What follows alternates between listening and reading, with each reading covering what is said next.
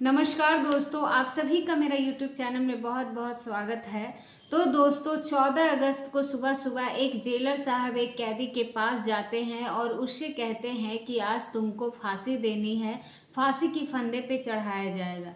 लेकिन दोस्तों जैसे ही कैदी ये बात सुनता है तब वो कैदी उन साहब से कहता है कि साहब मैं बेगुनाह हूँ और मेरी कोई गलती नहीं है, मैं गरीब था, इसीलिए मेरा कोई भी सुनवाई नहीं हो पाई है। दोस्तों ये जो लड़का रहता है जेलर साहब से कहता है कि सर आप मुझे एक बात बताइए, अगर मुझे फांसी दे दी जाएगी तो क्या उसके बाद केस बंद कर दिया जाएगा या फिर वह केस चलता रहेगा?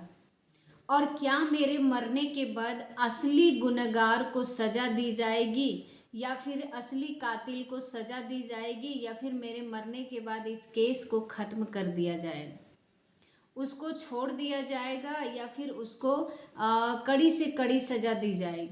जैसे ही जेलर साहब उस कैदी की इस बात को सुनते हैं तो दोस्तों कुछ बोल तो नहीं पाते हैं, लेकिन उसके पास कोई जवाब ही नहीं होता है। दोस्तों जेलर साहब जल्दी जल्दी अपनी सारी फॉर्मेलिटी को पूरा करते हैं और पूरा करने के बाद लड़के को फांसी के लिए ले जाया जाता है। दोस्तों लड़का वहां जाने के बाद जल्लाद से पूछता है कि क्या मेरे मरने के बाद मेरे असली कातिल को सजा दी जाएगी या फिर उसको छोड़ दिया जाएगा। तब दोस्तों जल्लाद जो रहता है वो कहता है कि देखो भाई, इसमें मेरा कोई भी काम नहीं है, मेरा बस यही काम है कि इस लीवर को खींचना है और तुमको फांसी देना है। इसके बाद जो भी कुछ बातें तुम्हें कहनी है तुम अधिकारियों से करो, मुझे कुछ नहीं पता है। तब दोस्तों वो जो लड़का रहता है जल्लाद साहब से कहता है कि जल्लाद भाई देखो, मैं गरीब हूँ, इसीलिए मेरी कोई भी सुनवाई नहीं हो पाई थी और मैं बेकसूर हूँ, मेरा कोई गलती भी नहीं है। लेकिन दोस्तों उस लड़के की बात कोई नहीं सुनता है और उसको फांसी पे चढ़ा दी जाती है। दोस्तों जब उस लड़का को फांसी पर 2 घंटे तक लटका रहने देता है और 2 घंटे के बाद वहाँ पे डॉक्टर आता है और उसके बॉडी को चेकअप करता है और डॉक्टर उसको मृत्यु घोषित कर देता है। तब उसके बाद दोस्तों उस लड़की की बॉडी को पुलिस वाले उसके परिवार को देने के लिए ले जाते हैं। तभी दोस्तों उसकी जो पत्नी रहती है घर के दरवाजे तक आती है और पुलिस वालों से कहती है कि क्या बात है। तब पुलिस वाले उससे कहते हैं कि तुम्हारे जो पति को फांसी होनी थी उसको फांसी दे दी गई है और ये रही उसकी बॉडी और जिस केस में उसको फांसी हुई है उस केस का ये कागज़ है, तुम रख लो। दोस्तों जब उसकी पत्नी ये बात सुनती है तब सुनती है कि उसके पति को फांसी दे दी गई है तो उसके पैरों तले ज़मीन खिसक जाता है। दोस्तों उसकी जो पत्नी रहती है पुलिस वालों से कहती है कि अगर तुम लोग मेरे पति के अंदर जान डाल सकते हो तो मेरे पति को अगर जीवित घोषित कर सकते हो तो उसको बॉडी को यहाँ पर छोड़कर जाना नहीं। तो मरे हुए आदमी मेरी किसी भी काम का नहीं है, मरे हुए आदमी की मुझे ज़रूरत नहीं है। दोस्तों उस दिन मजबूरी में पुलिस वालों को वहाँ से उसकी बॉडी ले जानी पड़ जाती है और उसको अंतिम संस्कार पुलिस वाले ही करते हैं। लेकिन दोस्तों इस घटना की वजह से ना सिर्फ कोलकाता में बल्कि पूरे भारत में हंगामा हो गया था और फांसी होने के बाद जब जांच पड़ताल की जाती है तो दोस्तों पता चलता है कि लड़का बेगुनाह था और पुख्ता सबूत ना होने की वजह से उसको फांसी दे दी गई थी और कातिल आज भी फ्री घूम रहा है और अपने लिए सज़ा को मतलब अब जो सज़ा है वो नहीं काट रहा है, वो मौज मस्ती कर रहा है। लेकिन दोस्तों सोचने वाली बात ये है कि आखिरकार उस लड़की की गलती क्या थी, उसके ऊपर कौन सी केस लगाई गई थी जिस वजह से उसको फांसी की सज़ा सुनाई गई थी। आइए जानते हैं पूरी घटना की सच्चाई इस वीडियो के माध्यम से। लेकिन दोस्तों वीडियो में आगे बढ़ने से पहले आप लोगों से एक छोटा सा रिक्वेस्ट है कि आप लोग हमारे चैनल को पहली बार हैं अगर आप हमारे चैनल पर, तो चैनल को सब्सक्राइब कर लीजिए और वीडियो को लाइक कर दीजिए, ताकि मेरा जो हौसला है और भी ज़्यादा बढ़ता रहे, और भी ज़्यादा इंटरेस्टिंग कहानियाँ ऐसे ही मैं आप लोगों को सुनाती रहूँ। दोस्तों, ये सच्ची घटना कोलकाता के भावनीपुर की है, और भावनीपुर में ही एक बहुत बड़ा ये अपार्टमेंट था और एक बहुत बड़ी बिल्डिंग थी। उसी अपार्टमेंट में एक परिवार रहता था, जिसमें एक माता पिता और उनके 2 बच्चे थे। दोनों बच्चों एक दोनों बच्चों में से एक लड़की था और एक लड़का था। दोस्तों, वो जो लड़का था वो पढ़ाई लिखाई नहीं करता था और वो अपने पापा के साथ काम में हाथ बताता रहता था। दरअसल दोस्तों, ये आपको मैं बता दूं कि उसके पापा जो है एक दुकान की ज्वेलरी जिसमें वो सोने चांदी का व्यापार करते थे। दोस्तों, रोज सुबह सुबह लड़का अपने पापा के साथ दुकान पर जाया करता था, और शाम को जब दुकान बंद होती थी तो वो लड़का अपने पापा के साथ अपने घर आ जाया करता था वापस। इस तरीके से उसकी ज़िंदगी गुजर रही थी। और इधर दोस्तों, जो लड़के की माँ थी, वो लड़के की माँ का हाउस वाइफ थी और घर का खाना वगैरह बनाया करती थी, घर में रहती थी, और उनकी भी एक लड़की थी। दोनों स्कूल पढ़ने के लिए जाती थी। जब सुबह पढ़ने के लिए जाती थी तो शाम के 3 बजे के आसपास वो घर पढ़कर चली आती थी। दोस्तों, इस तरीके से पूरे परिवार की ज़िंदगी खुशी से गुजर रही थी। लेकिन एक दिन जब लड़की अपने स्कूल के एग्ज़ाम देकर अपने घर आ रही थी, तो दोस्तों, वह जो लड़की रहती है अपने माता पिता के साथ जिस अपार्टमेंट में रहती थी, उसी अपार्टमेंट का एक सिक्योरिटी गार्ड था, जो गार्ड पर हमेशा बैठा रहता था। और लड़की एग्ज़ाम देकर अपने अपार्टमेंट के अंदर जा रही थी, तभी वो सिक्योरिटी जो रहता है, गार्ड रहता है, वो उससे कहता है कि तुम बहुत अच्छी लगती हो, मैं तुम्हें तुम्हारा नंबर चाहिए, मुझे तुमसे बात करना है। दोस्तों, वो जो सिक्योरिटी गार्ड वाला लड़की है रहता है, जो लड़की रहती है, वो बहुत ज़्यादा मतलब गुस्सा हो जाती है, क्योंकि वो जो सिक्योरिटी गार्ड रहता है वो उसको छेड़ता है, उसको थोड़ा परेशान करता है, और जिस वजह से लड़की है जो बहुत बुरा लगता है उस लड़की को। और लड़की उससे कहती है कि आपको समझ में नहीं आ रहा है कि आपकी बेटी की उम्र की जैसी हूँ और आप मेरे अंकल होते हैं, लेकिन आप मेरे साथ ऐसा कैसे कर सकते हैं? आपको शर्म नहीं आ रही है? दोस्तों, उस दिन वो लड़की जो थी वो सिक्योरिटी गार्ड को बहुत ज़्यादा मतलब बोलती है, उसको समझाती है, और बोलने के बाद अपने घर में चली आती है। जिस अपार्टमेंट में लोग रहते थे, उस अपार्टमेंट में तीसरी मंजिल पर इस लड़की का घर था। लड़की का अपने घर अंदर आ जाती है, और वो जो लड़की माँ है अपनी पूरी बात अपनी माँ को बताती है। वो कहती है कि सिक्योरिटी गार्ड जो है वो उसको परेशान कर रहा है। दोस्तों, उसकी जो माँ है ये बात सुनती है, तो वो उसकी माँ उससे कहती है कि कोई बात नहीं है बेटा, मैं जाकर नीचे उसको समझा दूंगी, अगर वो दोबारा ऐसी गलती करेगा तो तुम मुझे बताना, उसके बाद उसको सज़ा दिला देंगे, आगे भी ऐसी हरकतें नहीं करेगा। उन दोस्तों, इस तरीके से उस सभी लोगों का दिन गुजरने लगा। लेकिन 4-5 दिन के बाद वो जो लड़की फिर से स्कूल से अपने पढ़कर घर आ रही थी, तो सिक्योरिटी गार्ड उससे कहता है कि आज मौसम बहुत अच्छा है, चलो मैं तुम्हें मूवी दिखाने के लिए लेकर चलता हूँ, तुम मुझे बहुत अच्छी लगती हो और आज का मौसम भी बहुत अच्छा है, जितना मज़ा आएगा ना, हम दोनों एक साथ घूमेंगे। दोस्तों, जो सिक्योरिटी गार्ड रहता है वो इस तरीके से उस लड़की से परेशान कर रहा था। उस दिन जब वो लड़की जो रहती है वो बहुत ज़्यादा गुस्सा हो जाती है और गुस्से में अपने घर पर आती है, और इसके बाद वो अपने पापा को बताती है। दोस्तों, वो बात सुनते उसके पापा को पता चलते हैं, तो उसके पापा बहुत ज़्यादा गुस्सा करने लगते हैं। और दोस्तों, उस दिन उसके पापा अपने अपार्टमेंट के मालिक से बातचीत करते हैं और एक रखवा देते हैं।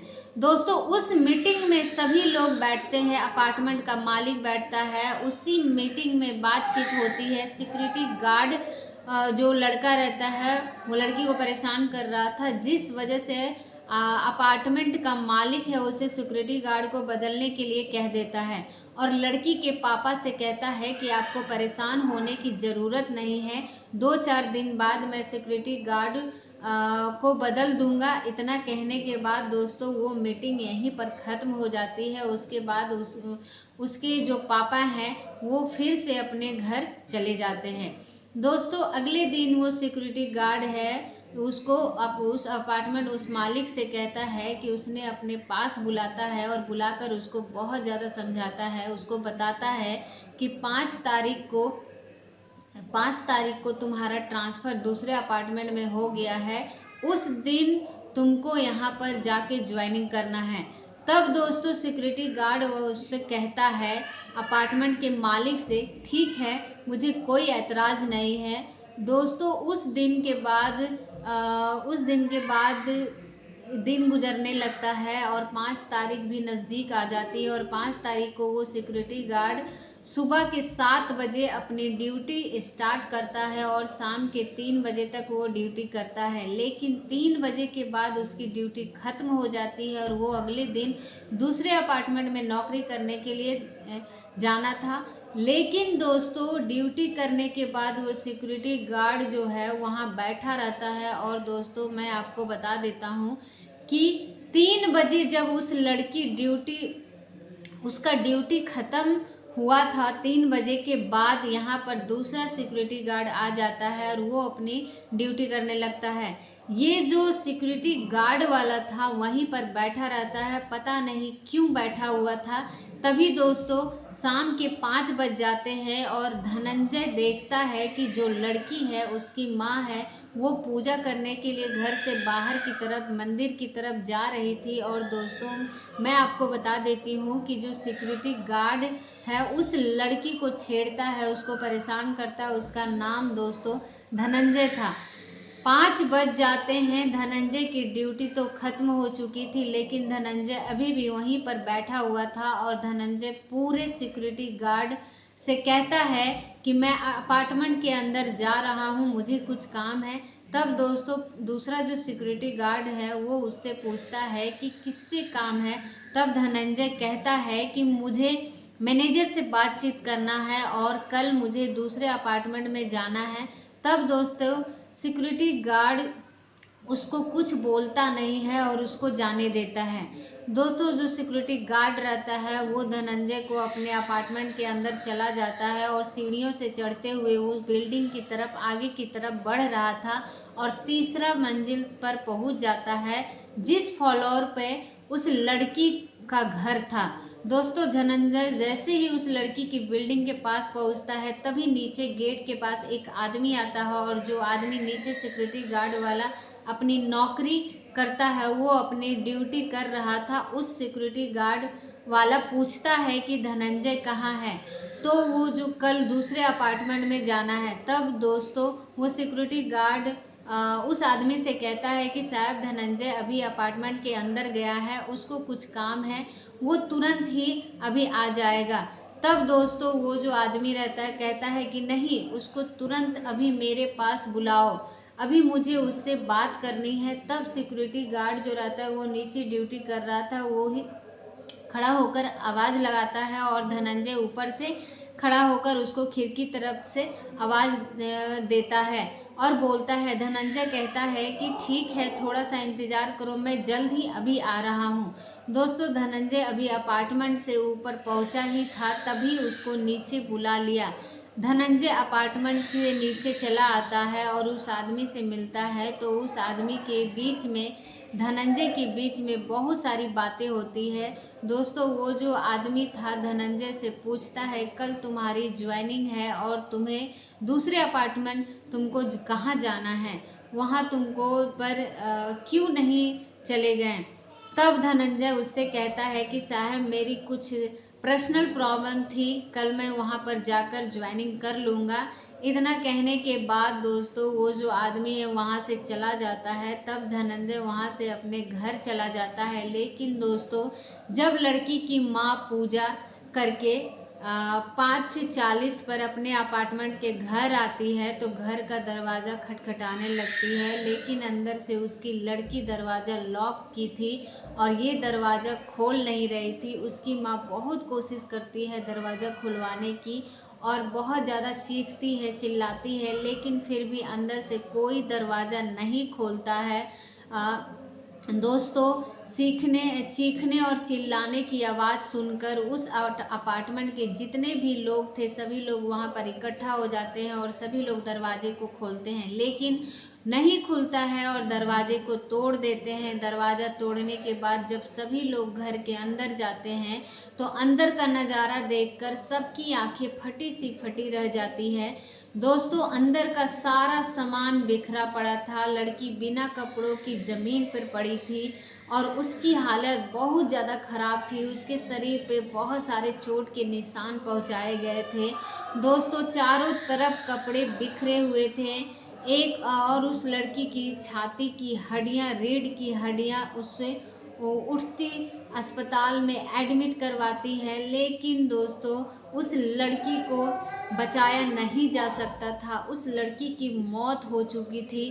तब दोस्तों किसी को भी कुछ भी समझ में नहीं आ रहा था कि आखिरकार उस लड़की के साथ क्या हुआ, कौन मारा। दोस्तों पुलिस वालों के लिए यह एक सवाल बनकर रह गया था और उसके पास जवाब के नाम पर कुछ नहीं था। तभी दोस्तों पुलिस वाले लड़की के माता पिता से पूछताछ करने लगते हैं तो लड़की के माता पिता पुलिस वाले से कहते हैं कि देखो नीचे एक धनंजय नाम का सिक्योरिटी गार्ड था जो हमारी लड़की को अक्सर परेशान किया करता था, उसे छेड़ता था। हमने हमेशा उसके खिलाफ कंप्लेन अपार्टमेंट के मालिक से दर्ज करवाया था, लेकिन कुछ नहीं हुआ। दोस्तों अब पुलिस वाले को सिर्फ धनंजय एक ऐसा रास्ता दिख रहा था जिससे पूछताछ करके उसके कातिल के बारे में पता लगा जा सके, और शायद पुलिस यही सोच रहे थे कि धनंजय मैन कातिल हो सकता है। दोस्तों पुलिस वाले धनंजय को पकड़ते हैं और उससे पूछताछ करते हैं। तब धनंजय बताता है कि हाँ साहब, मैं उस दिन अपार्टमेंट के अंदर तो गया था, लेकिन उस दिन मैं उस लड़की के घर के अंदर नहीं गया। और दोस्तों सही बात थी कि धनंजय सीढ़ियों से होते हुए ऊपर जैसे ही पहुंचा था तभी नीचे से आदमी आवाज़ लगाकर उसको नीचे बुला लिया और नीचे जो है धनंजय का गया और 45 मिनट के अंदर धनंजय ऊपर की गया था। 45 मिनट के अंदर वो ऊपर से नीचे आ गया, इस आदमी से मिला और मिलने के बाद 45 मिनट के अंदर ही वो घर भी चला जाता है। दोस्तों जाहिर सी बात है कि उस लड़की के साथ धनंजय का कुछ ऐसा नहीं किया होगा, क्योंकि उसके घर की हालत से जो लड़की थी वो लड़की के घर की हालत देखकर ऐसा लग रहा था कि धनंजय ऐसा किया होगा। क्योंकि दोस्तों वहाँ पर बहुत सारे सामान बिखरा पड़े थे। घर लड़की की हालत इस तरीके से बिगड़ चुकी थी जिसको देखकर ऐसा लग रहा था कि कोई 1 घंटे से उस लड़की के साथ ऐसी हरकतें कर रहा था। लेकिन दोस्तों सोचने वाली बात यह थी कि लड़की की माँ 5 बजे के आसपास घर से निकलती है पूजा करने के लिए और 5:40 के आसपास लड़की की जो माँ है वो घर पर आई। सिर्फ 45 मिनट के अंदर ही कोई ऐसा काम कैसे कर सकता है। दोस्तों इस तरीके से पुलिस वाले इस केस को लेकर बहुत ज़्यादा कंफ्यूज थे और बहुत ज़्यादा परेशान थे। उनको भी कुछ समझ में नहीं आ रहा था कि आखिरकार उस असली कातिल कौन है। लेकिन दोस्तों लड़की के माँ पिताजी बार बार यही कहते हैं कि धनंजय है ये काम किया है, हमारी लड़की को मारा है। लेकिन दोस्तों धनंजय का अपार्टमेंट से नीचे की तरफ आ रहा था तो उसके कपड़े पर कोई भी निशान नहीं दे रहा था। देखने में ऐसा लग ही नहीं रहा था कि कुछ हुआ है, धनंजय ने ऐसा कुछ काम किया होगा, लेकिन फिर भी दोस्तों उसको इस केस में फंसाया जाता है, उसके खिलाफ एफआईआर दर्ज कराई जाती है, उसको जेल में डाल दिया जाता है। जेल में दोस्तों वो कई सालों तक अपनी रह कर सज़ा काटता है। फिर इस केस में बहुत ज़्यादा जांच पड़ताल किया जाता है, लेकिन दोस्तों कोई भी सबूत नहीं मिलता है, कोई भी गवाह नहीं मिलता है जिस गवाह से धनंजय कोई धनंजय को दोषी मानकर उसको फांसी की सज़ा दी जाती है। दोस्तों जब ये बात हाई कोर्ट से लेकर सुप्रीम कोर्ट तक और बड़े बड़े जजों तक जाता है तो ये लोग भी फांसी की सज़ा सुना देते हैं। और दोस्तों उस समय डॉक्टर एपीजे अब्दुल कलाम भी जीवित थे और ये केस उनके पास भी गया था और वो भी इस केस को पढ़ने के बाद उसको फांसी की सज़ा दे दी जाती है। दोस्तों वो सारी प्रक्रिया हो जाती है और उस जेलर साहब धनंजय के पास जाते हैं और उससे कहते हैं कि आज तुमको फांसी होनी है। तब धनंजय ये बात सुनता है तो वो बहुत ज़्यादा परेशान हो जाता है और जेलर साहब के पैरों से गिरकर फूट फूट कर रोने लगता है और कहता है, साहब देखिए, आप तो जानते हैं कि हमारी गलती नहीं है, मैं निर्दोष हूँ, आप लोग मेरे साथ ऐसा मत करिए। दोस्तों धनंजय जो है वो साहब से पूछता है कि साहब एक बात बताइए, आप लोग मुझे ऐसे फांसी की सज़ा दे रहे हैं और मैं बेगुनाह हूँ, क्या अगर मैं मर जाऊँगा तो मेरा असली कातिल को जो उसने हत्या की है उसको सज़ा दी जाएगी?